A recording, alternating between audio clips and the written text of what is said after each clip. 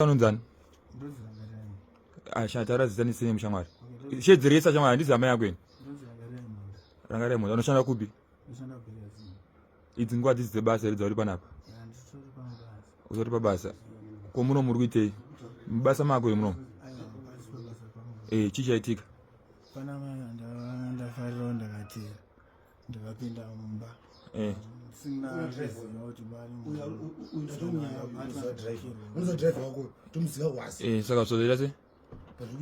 Ndabatwa ndakakirwa. Uko apa uri kutenga zvitira wetu wana? Kuto panela.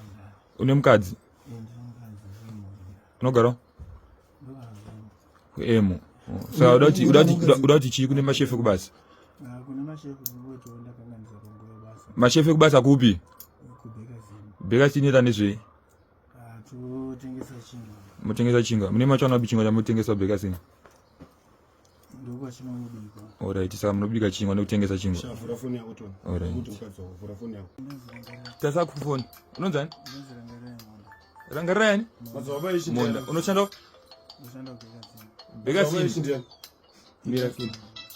Mira kile. Unoshanda kupi? Kubeka sini. Pana pauri kutemba memunhu. Ndapinda mudhara ndichidavona madhamu Ndanga ndapinda nchitera mukadzi wemunhu mumba make nemurume wake. Ndabatwa ndirimo. Ndizvo. Akupa nhamba dzawo ndiani? ndina namba. Wasangana nako? Pazoda. Panza wabva wapinda pai? Ndapinda mumba. Wabva wapinda mumba? Iwe. Yozete mafanisi. Ukatipenda. Saka beka sini ari kuchiziya ndozvamudzisawo nebeka sini? Kuita msivita. Ndozvamudzisawo nebeka sini kuti nyenga vakadzi vane. Ita upedzera newe bhozi. Hauna wasina toba. Bhozi dai pasina kuti mukadzi akavimbika kawo. Dai watonyenga ichi. Saka ita kuti ukurumbidze sha. Bhozi unonoka kwari kutoita kawo. Zvisita ndatopedza ndatoa dzimwe nhamba dzidzi. Saka une mukadzi? Kana Unogara? Ndogara muno msivita kwa Kuemo. Saka mukadzi wakarudza rufamba uchinyenga pese wasvika. Saka une mabhebi mangani iwo? Tarisa kamera chamwari. Une mabhebi mangani? Ukunyenga kabhuza zvinotangira panapa. Torijairira. Wati mutakisho ndi yakuita sei? Mutakisho baita sei?